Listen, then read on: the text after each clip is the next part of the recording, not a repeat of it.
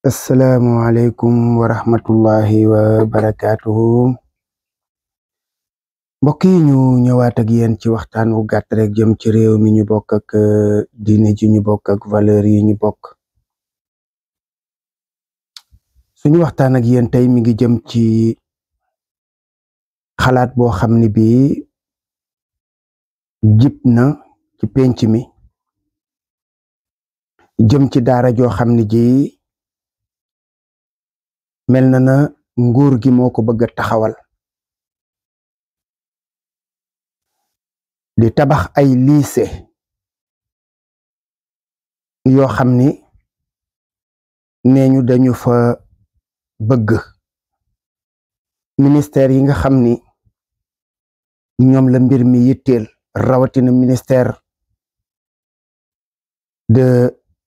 l'éducation ñu jëm ci wàllu njàng meek yu ni mel ak ministère forces armées ñoom ñooy lëkkaloo parce que yéene tabax ay école yoo xam ni ñu ngi ko tuddee lycée nation armée pour la qualité et l'équité muy LINA-QE. xalaat boobu nag wax nañu ne ñaari ministère yooyu ci ndigalu premier ministre lañ ko defee kon président de la république moo ci joxe ndigal kon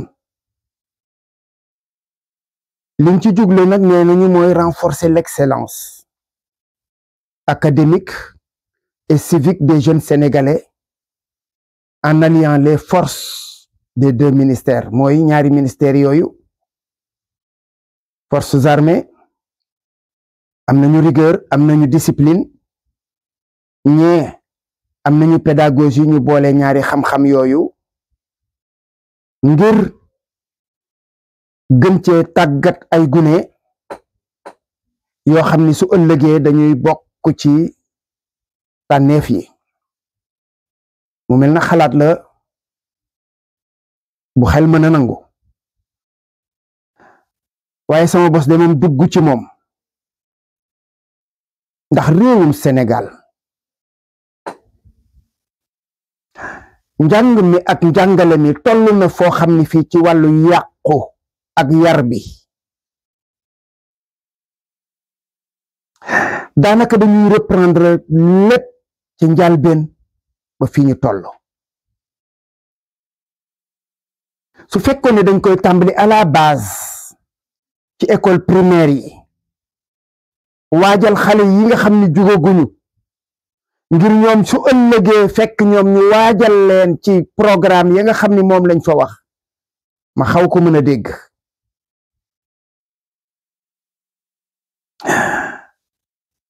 bu doon dañu ne tey jii loolu kat dañ ko boole daara yi ci Sénégal yépp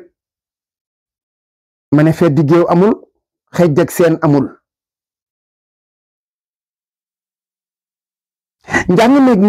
njàngale mi xaw kon mënoon nañ ko tas delloowaat daal lépp ñu delloo ko zéro programme yi nga xam ne ñoo nekk en cours ñu àggale ko lépp lu ñuy defaat ñu commencé ko à zéro parce que lépp a yàqu tout est pourri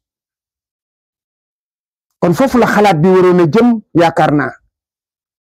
école yi nga xam ne ñoo fi nekk ñu réhabilité leen ñu delloo si école yi seen gëdd gi nga amoon ca cosaan ci wàllu tabax yi ci wàllu wanag yi ci wàllu nekkin wi ba ci formation enseignant yi ndax waxoon naa leen ko fii quota sécuritaire moom moo ñëw rey enseignement tout le monde était complice nag l'État les syndicats les associations de parents d'élèves ñépp ngi woon ci biir di muucu deru enseignement li may wax Sénégal yépp xam nañ ko àddina xam nañ ko ay xale dem defi concours ñu ne leen def leen concours la ñu def seen dossier ñëw déposé ko bésu concours ñu dem defi concours masalan ñu ne junni lañu juróomi téeméeri lañu soxla woon juróomi téeméeri ci des dem leen mais bu fekkee ne juróomi téeméer nga soxla da ngay def liste d'attente au moins 300 wala sax 500 yépp nekk sur liste d'attente ndax on ne sait pas de quoi demain sera fait ci 500 yi nga jël su fekkee am na ñu feebar am ñu faatu am ñu tële am ñu ca 500 yi jot a def examen ci liste d'attente boobu ci nga war a jëlaat complété ñi nga xam ne ñi ñoo bokkoon ci concours ba defuñu loolu dañu xëy benn bés ñooñu nga xam ne ñoo defoon concours ba ñu sànni leen fële ne dañuy def quota sécuritaire xam naa ci ñu jëndal ay diplôme wëlbatiku jëndal leen quota sécuritaire am na fii ci réew mi diplôme BFM am na fii ces gens-là ils ont fait trop de mal durant ces dernières années président am quota premier ministre am quota ministre yi am quota député yi am quota directeur yi am quota li fi nekkoon ñuy jaay quota sécuritaire bi li may wax kenn ku ko ñemee weddi ci Sénégal amul ba ci syndicaliste yi vous êtes abominable lii xew ci réew mi a enseignement bi àgg fii mu àgg loolu parce que da man ci jamono yii ci at yii laa mës a gis benn école je n'ai rien contre les filles et ni les femmes benn école rien que des femmes ñii di ëmb ñii di wasin ñii di am absence ñii di kii te amuñu ay suppléant bu ñu xëyee suba ne gune yi dem leen ñibbi li may wax nag fii la am man sama doom doon na fa jàng dama ko mujj génnee delloo si ko sama kër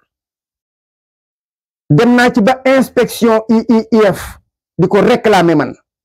bu Louga bii ñu ngi lay dégg boobu ci 7 wala 8 ans lay toll gën gaa bari ba ma gisee lu ma xamul laa génnee sama doom boobu situation bu amee la ñu war a lijjanti mooy nan la ñuy delloo siwaat enseignement éducation bu jaar yoon ñun dañ daan jàng moral jàng éducation civique jàng éducation sanitaire pourquoi on l'inclut pas dans le programme lan la armée di wut si ci enseignement su fekkee da ngeen a bëgg a créer ay militaires kooku c'est à vous déjà fii les écoles d'excellence qu'on a créées ñëpp xam nañu école d'excellence yi di ci doon xew à commencer par l'école Prytanée militaire de Saint-Louis Charles Nthioréré les écoles d'excellence yi nekk ci réew mi yeneen loolu lépp di ay situation yoo xam ne yi dafa gën a delloo ginnaaw école yenn xale yi am toutes les possibilités tous les avantages une minorité ñi ci des ñëpp ñu bàyyi leen dans des écoles en décrépitude dans un enseignement boo xam ne amatul valeur loolu lañ doon dund